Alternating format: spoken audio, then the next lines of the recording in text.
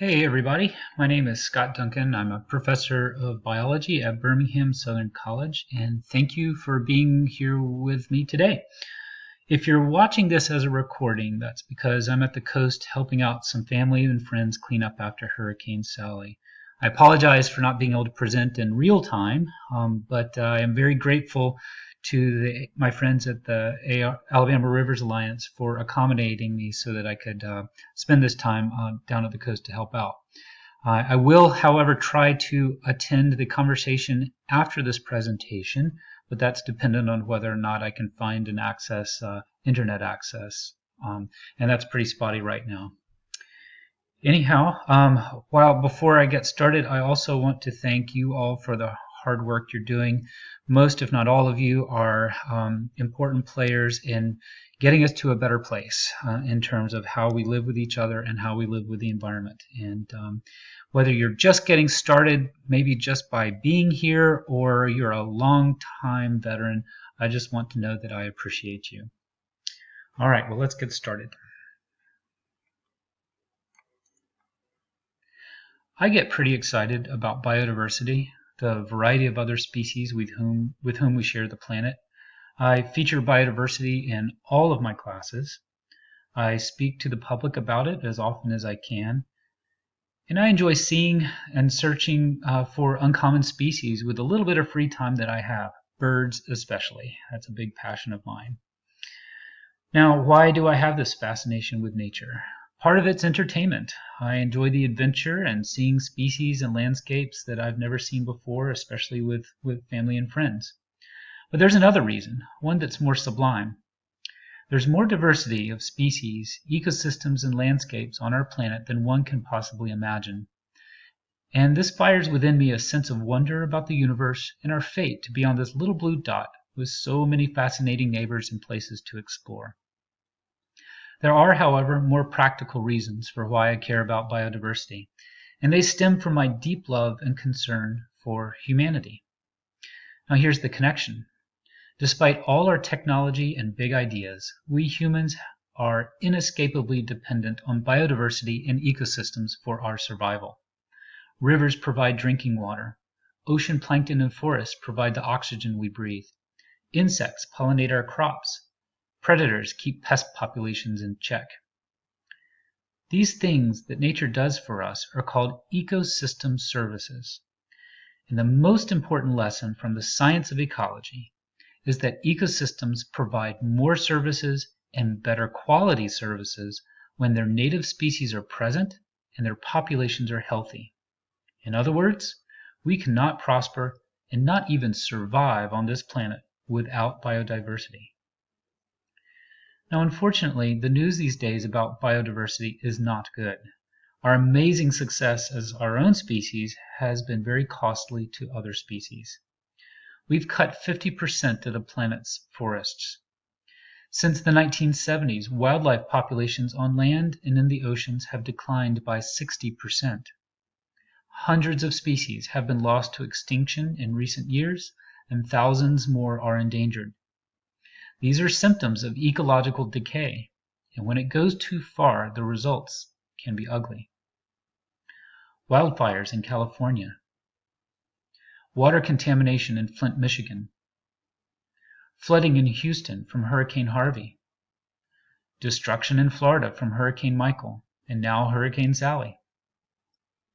Ultimately, such disasters are a consequence of ignoring ecology and undermining ecosystem services. So in short, biodiversity matters, and it matters a lot. So when I speak up for nature, what I'm also doing is bringing attention to our collective existential crisis. When I moved to Birmingham, the area was new to me, and I had to start from scratch learning about the species and the ecosystems that are in north central Alabama. Much to my surprise, I learned that Alabama was a superstar in biodiversity. It has more species than any state east of the Mississippi River and is ranked number 5 amongst all U.S. states. In a different session here at the rally, I'll be talking about why Alabama has so many species and why it matters. Unfortunately, Alabama has also seen more extinctions than any state except Hawaii. When I was eligible for my first sabbatical in 2009, I tried something new for me. Instead of taking on a new science project that was unlikely to have widespread positive impact, I undertook writing a book for the public about our species and about the history of extinctions in the state. Southern Wonder came from a desire to reach and inspire people to care more about Alabama's biodiversity. It was published in 2013 and has been well received. Educators, environmentalists, nature enthusiasts, and other scientists use the book to help them better understand the state's biodiversity. It has empowered people to connect with nature and be stronger advocates for its protection. So, when I was up for my second sabbatical in 2017, I decided to start another book because it's probably the most effective way I can promote conservation. The new book's name is Confluence: Hope for the Southeastern River in the Anthropocene. It's all about the future of the Southeastern River. Biodiversity is, of course, one of the book's main topics. Our region is a global hotspot for river biodiversity. It has more species of freshwater snails, mussels, crayfish, and turtles than anywhere else on the planet. And it has more freshwater fishes than any place outside the tropics. My initial goal with Confluence was to tell stories about the strange and beautiful species we have and what's needed to ensure that we don't lose them to extinction. What's more, I knew that our rivers were important to our economy. For example, we currently depend on them for crop irrigation, transportation, drinking water, and much of our current generation of electricity. The book idea all seemed very straightforward at the time, but what I did not know was that I was soon to learn about a threat to our rivers that was so disturbing it hijacked the direction of my research and my writing of the book. I'm going to share that revelation in just a few minutes, but I want to cover a bit more about the rivers of the Southeast and some about the main characters in the book. The area I focus on is an 8-state region outlined here in yellow. The rivers here have never received the attention they deserve, given their importance for all who've lived in the Southeast for the past 20,000 years. And our rivers are exceptionally beautiful. They include the Suwannee River in Florida, the Cahaba River here in Alabama, and the French Broad River here in North Carolina. Rather than write a pedantic review of the region's rivers and threats, I chose a few species to feature as characters in the book, and I've woven their biology into a series of stories that carries the readers through an exploration of the region's rivers and their future. One of these chief protagonists in the book is this guy, the sturgeon. Some refer to it as the dinosaur fish because sturgeon have been found as fossils dating back 100 million years ago. It's definitely an odd-looking fish. Note the bony plates on its back and the whisker-like barbels dangling from its snout. The Atlantic sturgeon can grow to 14 feet in length and weigh over 800 pounds. The Gulf sturgeon is smaller, though it still reaches an impressive 8 feet in length. These two species are also unusual because they are anadromous, meaning that they spend their time in marine waters, then migrate up rivers to spawn in the spring. Like salmon, sturgeon only spawn in the rivers in which they were born. But unlike salmon, sturgeon don't die after spawning. However, the process is exhausting and the fish need 2 to 3 years to rest and recover before they can spawn again. Sturgeon were incredibly abundant back in the day. Their spring migration runs sustained many Native American villages along the rivers of the eastern U.S. The runs occurred during this early spring when winter food supplies were running out and the summer bounty had not arrived. A few Native Americans could capture and smoke enough sturgeon meat to feed a village for many weeks at a time. Another way sturgeon intersect with our history occurs at Jamestown, Virginia. This was the first permanent English settlement in the Americas. As it turns out, sturgeon are credited with saving the Jamestown colony during the early years when starvation was so bad that many were dying and some resorted to cannibalism. Now, chances are that if you've heard about sturgeon before today, it's because of their salt-cured eggs known as caviar. Caviar has been a delicacy prized in Europe and now in the US for many centuries. But despite what happened at Jamestown, Euro-Americans overlooked sturgeon as a food source for several hundred years. As for the caviar, no one had discovered a method for preserving sturgeon eggs to be shipped across the Atlantic. But the fate of the American sturgeon changed in 1870 when a German immigrant established a curing method for American caviar. He marketed the caviar to major US cities and in Europe, and his impressive financial success quickly spelled doom for the species. Soon, vast amounts of caviar were being harvested and sold. Migrating sturgeon in northeastern rivers were met with wall after wall of net. Unbelievable amounts of sturgeon were captured and butchered for the caviar, but also the meat, the oil, and other components. As populations were depleted, fishers moved on to other rivers, and over time they worked their way farther and farther south and around the Florida Peninsula and into the Gulf of Mexico. Eventually, both the Atlantic and the Gulf sturgeon were driven nearly to extinction. We'll learn more about sturgeon in a few minutes, but first I want you to meet another main character from the book, the river mussel. Mussels are clam-like creatures. They're brown and lumpy on the outside, soft and squishy on the inside. It might seem that they are not particularly interesting, but mussels provide a valuable ecosystem service as they filter the water for food. Dirty water goes in, clean water comes out. One mussel doesn't do much, but our rivers were once paved with mussels, sometimes numbering several hundred per square meter. Each mussel filtered about 5 to 12 gallons of water a day, and that quickly added up to cleaner water in the river. Though the Southeast has several hundred mussel species, early Euro-Americans had very little use for them. But that changed in 1857 when carpenter Jacob Quackenbush discovered a magnificent pink pearl near Paterson, New Jersey, and he sold it to Tiffany & Company for $1,500, which was a small fortune at the time. News spread and pearl fever swept across the U.S.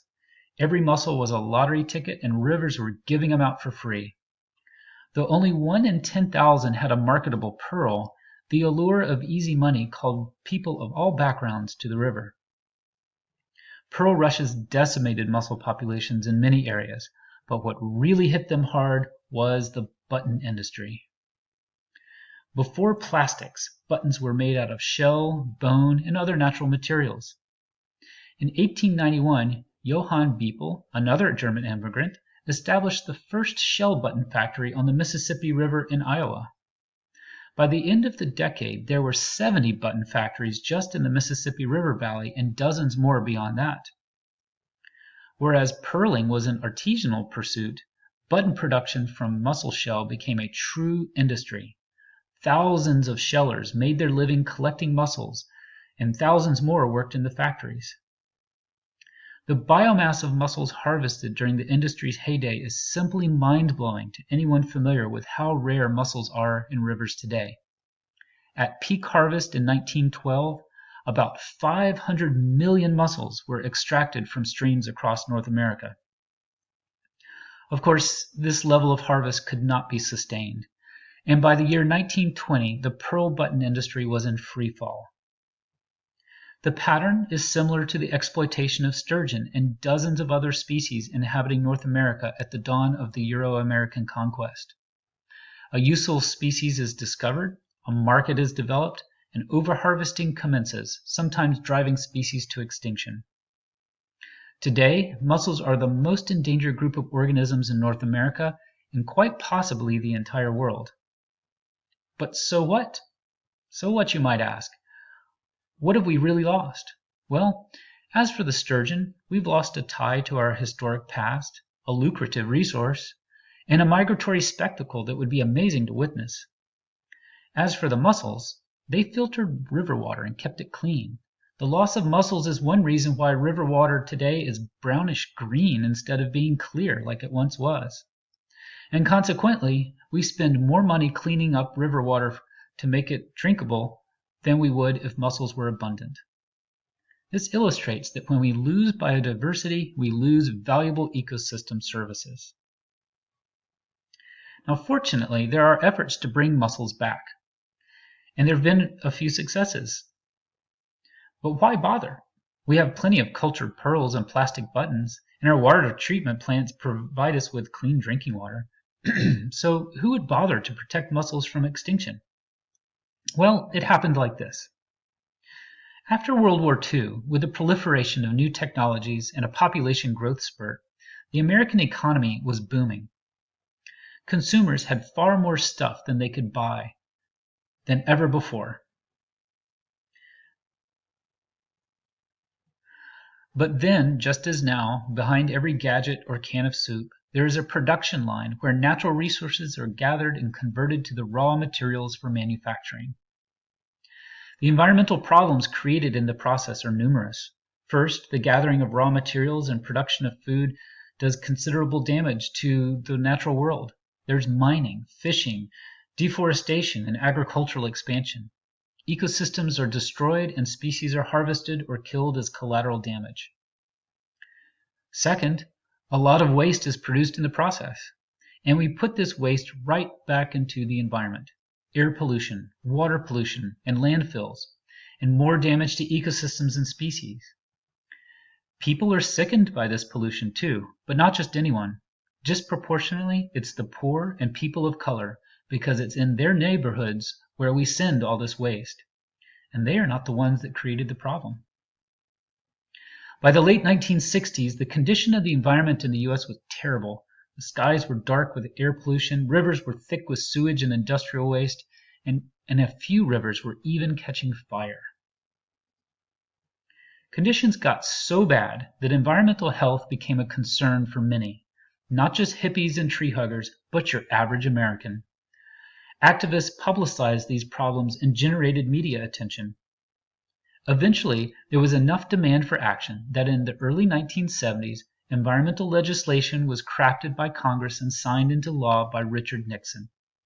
This included the Clean Water Act, Clean Air Act, and the National Environmental Policy Act, and the U.S. Environmental Protection Agency was established to enforce the laws. These laws and others set nationwide standards and gave the federal government considerable power over states to oversee their enforcement. As a result, the water in our rivers and the air we breathe today is cleaner than it was back then. So the next time you hear someone complaining about the federal government's involvement in the free market in our lives with regulations, remember that many of us and the people we love are alive and healthy today because these laws have prevented millions of illnesses and premature deaths. Now let's get back to mussels. One of the laws passed in the 1970s was the Endangered Species Act. It was designed to prevent further extinctions. For species close to extinction, federal dollars are allocated to fund programs to help them recover. There have been notable successes with the Endangered Species Act, but very few with endangered mussels. Despite cleaner water and no more pearling or button factories, mussels have failed to recover. It's still somewhat of a mystery as to why, but for sure, one of the main reasons for their predicament involves a very strange practice of theirs. Sedentary aquatic species such as corals and sponges and barnacles typically have it pretty easy when it comes to having sex and raising young. Males and females pump their sperm and egg into the water, sperm and egg meet, and the young larvae drift in the water until they're ready to settle on the bottom. That's easy enough if you live in an ocean or a pond, but this does not work in rivers where the current would quickly take the larvae out of the habitat where they could survive as adults. So to help the young stay in the right ecosystem within the river, female mussels trick fish into babysitting their young while they mature. The mussels create enticing lures to draw fishes near. Some lures even look like they were minnows or crayfish. When a hungry fish comes in close to take a bite, the lure explodes in the fish's mouth and the larvae clamp down on the fish's gills and hang on for a few weeks until they are ready to drop off and sink to the bottom. Other mussels will spray larvae into the face of fishes when they investigate the lure. A few species even trap the fish between their shells to get this done. These are highly specialized relationships. About 80% of mussels use just one or two fish species for their reproduction. Now, this worked fine in a world where fish populations were healthy, but river fishes have declined precipitously in the last century, and this is a major barrier to mussel recovery efforts. For example, meet this guy, the purple bank climber. By some respects, it is a typical mussel in appearance. It used to be found throughout the lower Apalachicola River basin and the Ochlockonee River to the east. But now it is rare, and only one has been seen in the Chattahoochee River since the 1800s. Some populations of the bank climber remain, but most consist of old mussels. Young mussels are rare, and this suggests that something is interfering with reproduction. The bank climber is now on the endangered species list, so identifying the barrier to recruitment would help this species recover. But until recently, the fish host for the purple bank climber was unknown. Then, after several decades of research, there was a breakthrough in the year 2012. The host for this mussel turned out to be none other than this guy, the Gulf sturgeon, a species that itself is endangered. Talk about bad luck. With only a few hundred sturgeon left in this river system, it's no wonder the mussel is disappearing. This illustrates how ecosystems unravel. When one species is lost, many others are affected. Another of the great lessons from the science of ecology is that everything is connected. So if we want to bring back the purple bank climber and other mussels, then we need to bring back the sturgeon and other fishes.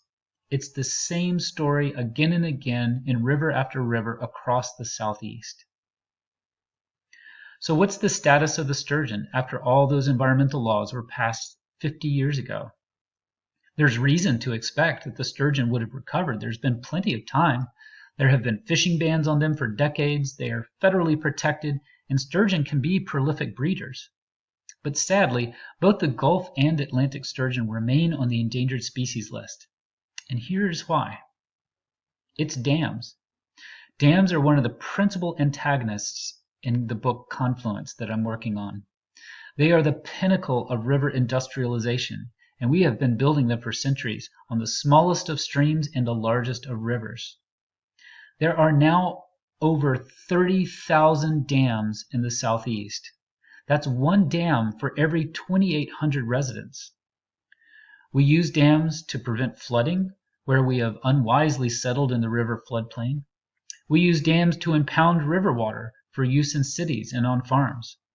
At hydropower dams, water spins turbines to generate electricity. At nuclear, coal, and gas-powered electricity plants, we use reservoir water behind dams as a coolant. You might expect that these purposes would explain why the Southeast has so many dams. It's part of the reason, but it's not even the majority of the reason.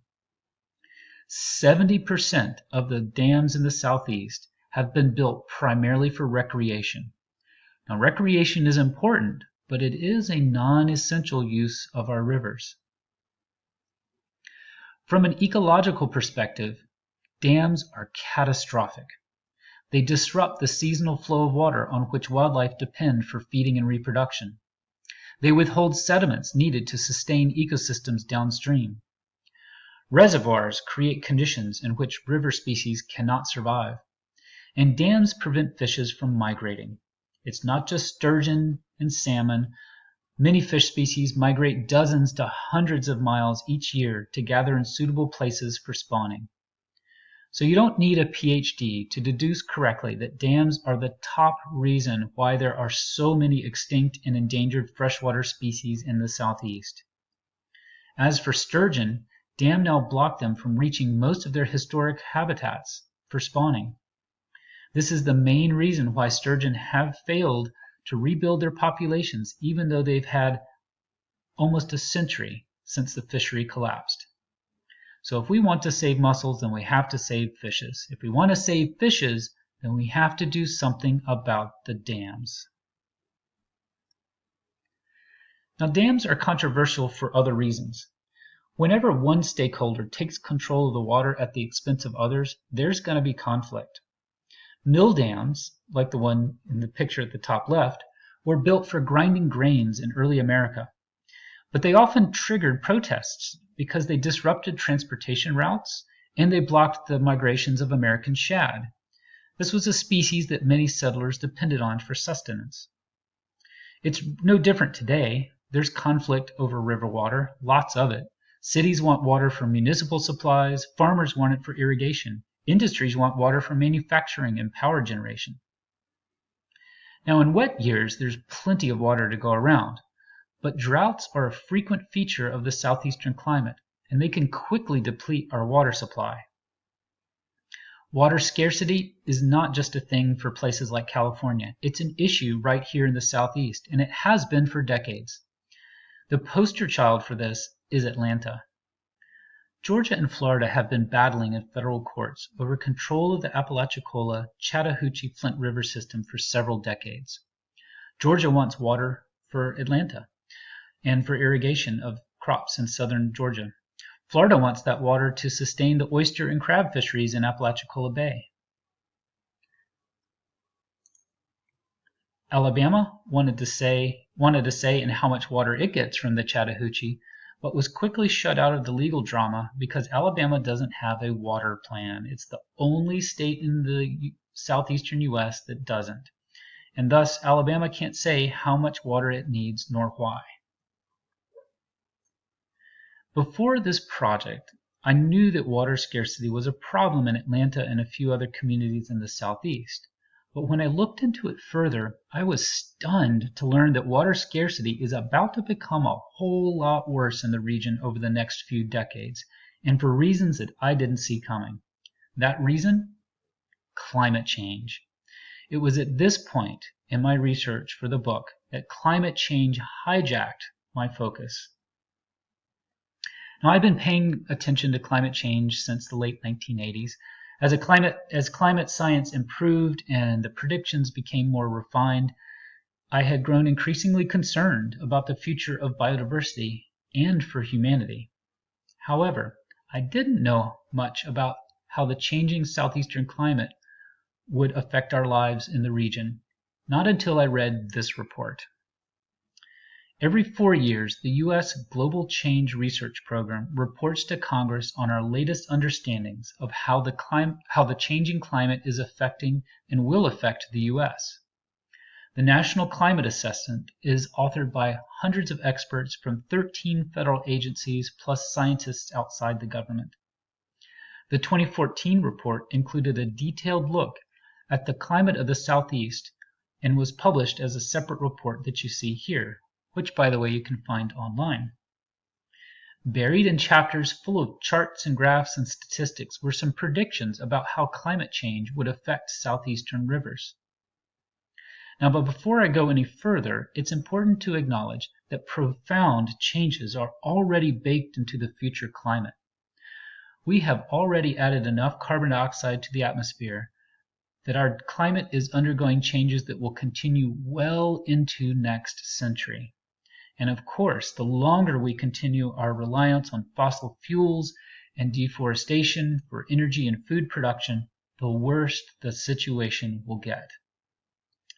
Many regions of the world are already being hit hard by these changes. Horrific wildfires in Australia and the U.S. West Coast, island nations about to slip beneath the rising waves in the Pacific, and epic flooding in the Midwestern U.S. in the summer of 2019, and melting permafrost in Alaska.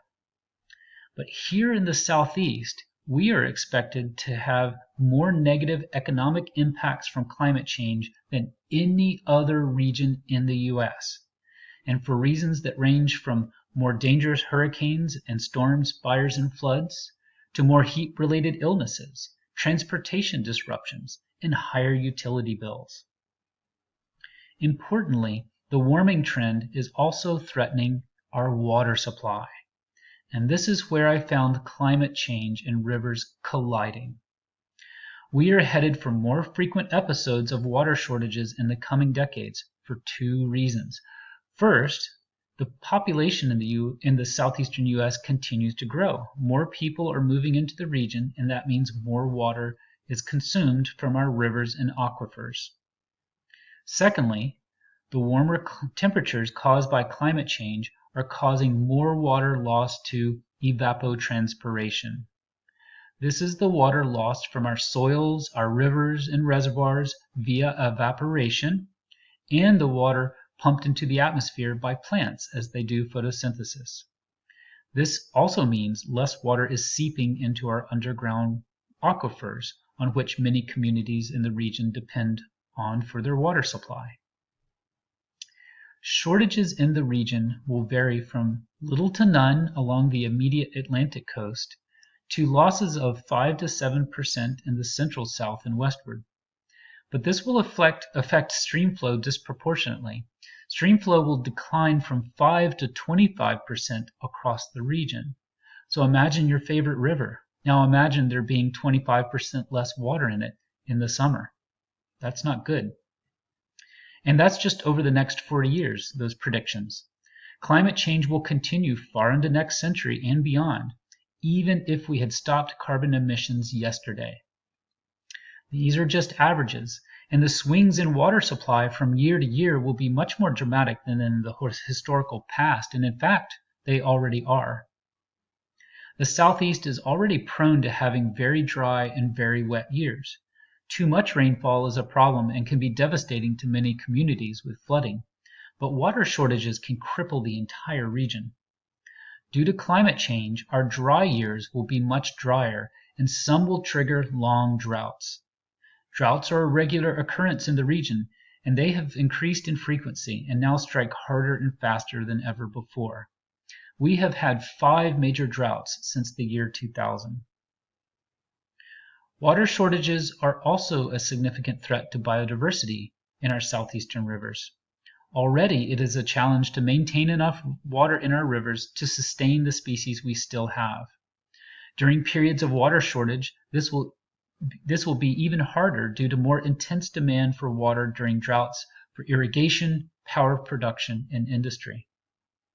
All this could spell doom for our river ecosystems and their biodiversity. Climate change, rivers, and the future of the Southeast also collide dramatically at the coast. Ice is melting rapidly from glaciers and ice caps, and that means more water in our oceans. At the same time, water expands as it warms, so as oceans absorb heat, they also swell in volume. How much sea level will rise depends on whether and how quickly we reduce carbon dioxide emissions. Under the best case scenario, where global CO2 emissions peak this year and decline to around zero by the year 2080, we'll see about 1 to 2 feet of sea level rise by the year 2100. Not good, but tolerable. Under the business as usual model, where we continue the pattern of relatively unchecked CO2 emissions as we've been doing for the past few years, we will see at least 2 to 4 feet in sea level rise by the year 2100. And if recent estimates of accelerating ice loss in Antarctica and Greenland continue, an additional 2 to 4 feet can be added on top of these estimates by the end of this century. To make matters worse, some portions of the world, such as the southeastern Atlantic coast, are actually sinking. So relative sea level rise is a lot faster and a lot higher than these estimates. Now, sea level rise does not manifest as simple flooding. The first effects we are seeing is a rise in what are called nuisance tides. These are high tides that exceed normal levels and flood urban areas.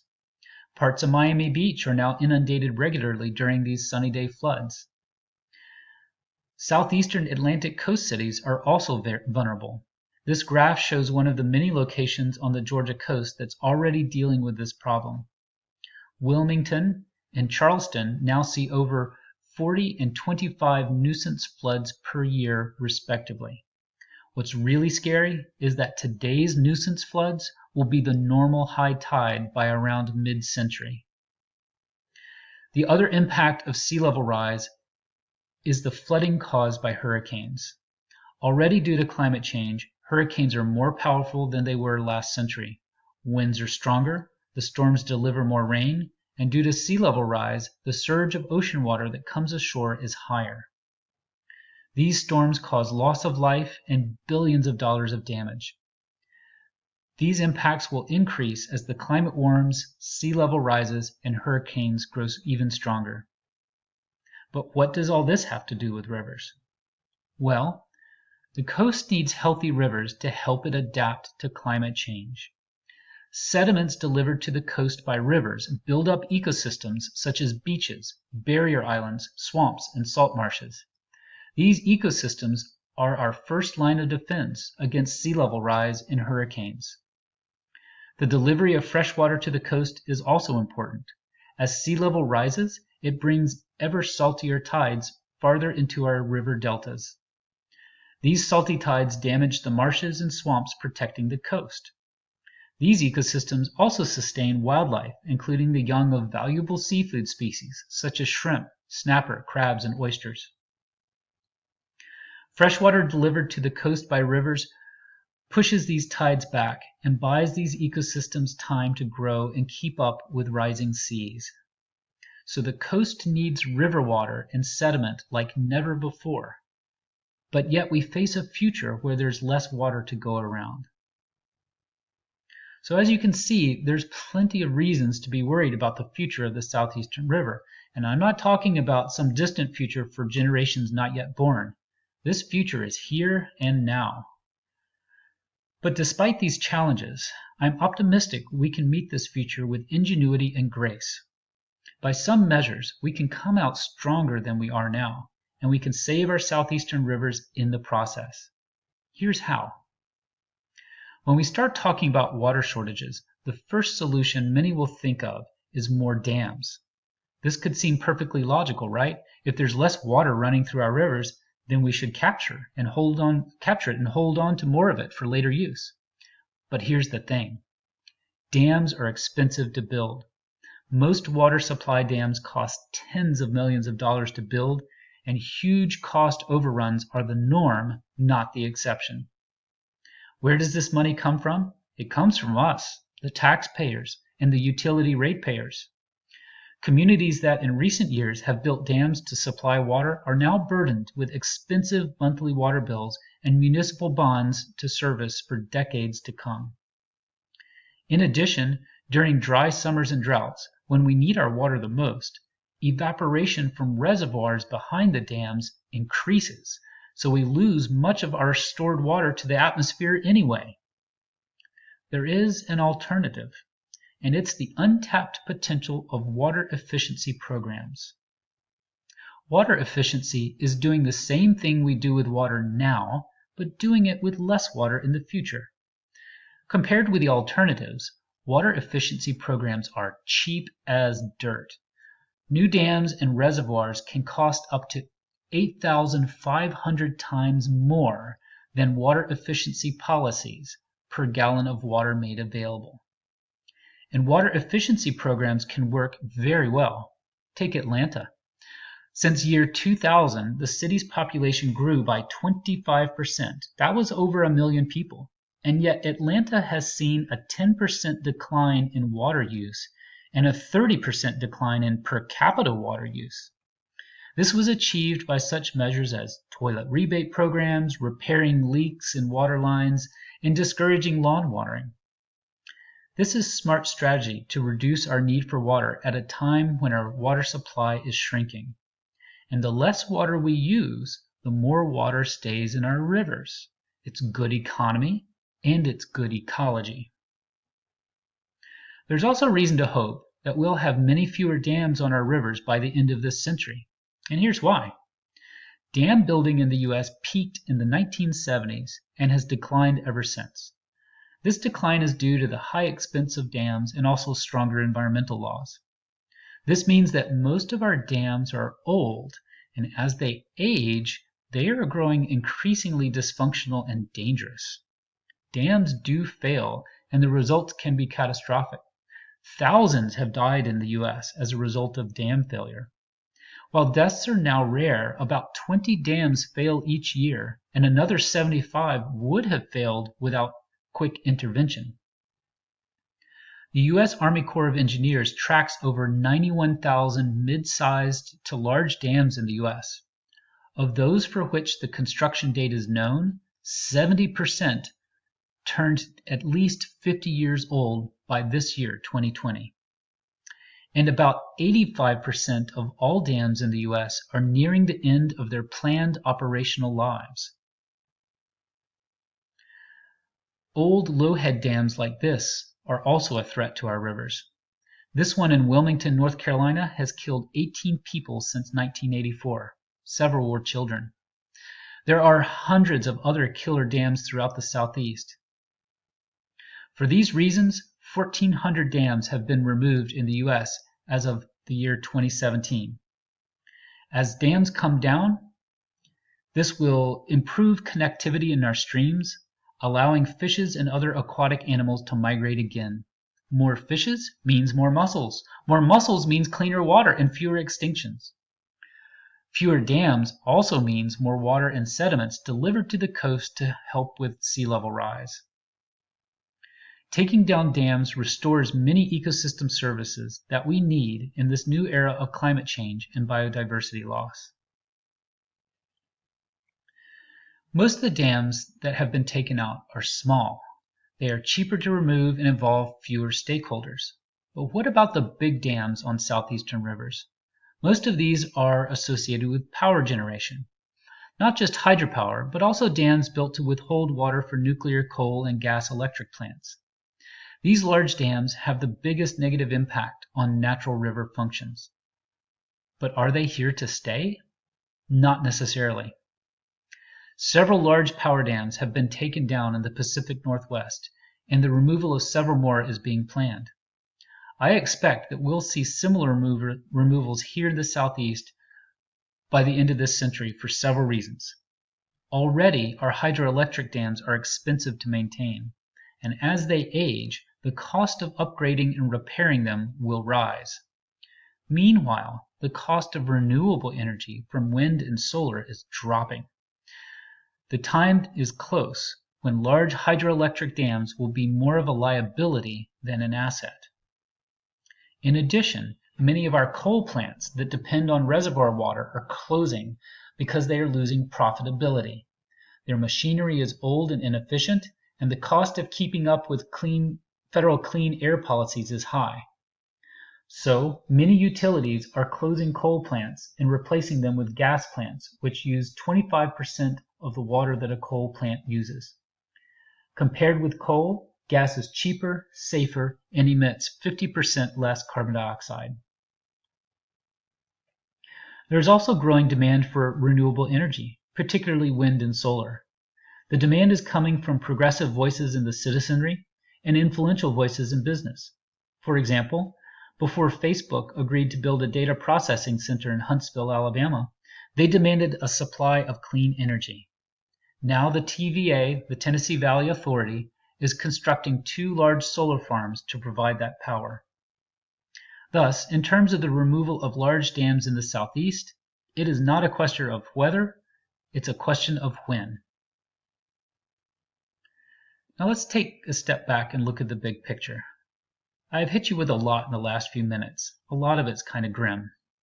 But I'm afraid that this is part of our collective awakening to the new era for our planet. Scientists are calling it the Anthropocene, to acknowledge that we humans are now planetary change agents. The evidence for this new age is overwhelming. Our chemicals are burning through the planet's protective ozone shield. We've triggered a mass extinction event the world over. We've transformed most of the world's productive landscapes into agriculture. We retain most of the planet's liquid freshwater behind dams. Pollution is detectable in every corner of the earth. We have greatly distorted the world's nitrogen and phosphorus cycles. And we have changed the climate of the entire planet so that temperatures are increasing, the oceans are rising, warming, and becoming acidic, and storms and droughts are becoming more intense. None of this was intentional. Instead, we have unexpectedly and awkwardly stumbled into our new role as planetary managers. We are like a young child who's undergone a massive growth spurt and has new physical power, but our intellectual, emotional, and cultural maturation is still catching up. We still practice racism, oppression, and war. We tend to be reactive and not proactive. We are quick to deny responsibility. And when resources are scarce, we revert to tribalism. Such instincts served us well back when every day was a struggle for survival. But this toxic mixture could be catastrophic for us this century as populations and consumerism grows on a planet that's not getting any larger. Edward O. Wilson famously framed our crisis this way. He said, "The real problem of humanity is that we have Paleolithic emotions, medieval institutions, and godlike technology." So unless we want the next few decades and centuries to really suck, we need to grow up, and we need to do it quickly. Now, I don't say these things with the goal of scaring people. Fear is counterproductive. Fear causes people to shut down and disengage. They ignore the problem or rationalize its denial. Fear also engages our primitive instincts, which cloud our ability to think critically. It inhibits us from solving problems creatively. So my goal is not fear, but what I do want you to do is to share my concern and then join those of us who are seeking ways to make the situation better. Real change will come with a groundswell of action from ordinary people like you and me concerned about our collective future. That's probably why you're here at the rally today. This change has already begun. Like what happened in the 1960s, ordinary citizens here and around the world are fed up and they are taking to the streets. They are educating themselves and each other, and they are taking positions of leadership. Black Lives Matter, the Women's March, the Sunrise Movement, and Extinction Rebellion, all of this and more is part of the same whole, the same revolution, demanding justice, demanding change, and rejecting a future that is dismal and making one that is hopeful. Now is the time for us to change how we live on the planet and how we live with each other. Our very survival depends on it. This is why the book I'm writing, Confluence, is not just about the gloomy challenges that we and our rivers are facing. It's also about the solutions, exciting solutions that get us to a much better place than where we are today. I'll share some of this vision with you now. While I don't have time to provide context for all of them, I'll share them with you anyway to give you a taste of what our future could look like. First, I see a future where peoples of the world unite in curbing greenhouse gas emissions by weaning ourselves off fossil fuels before mid-century. This must happen because if we delay any longer, the results will be catastrophic. Global scientists say we have 10 years, possibly less, to get this right. So to get there, we're going to need everyone's cooperation. That especially means creating space at the decision-making table for those who have been long excluded. Not only is this fair, but more diversity means more buy-in and more creative solutions. Social justice will be at the core of our success, because the people who are being harmed first and most by climate change are not the ones who created the problem, and they know it. As for our rivers, I see a future where water efficiency policies and new technologies ensure we have enough water. Many dams will come down for all the reasons we discussed.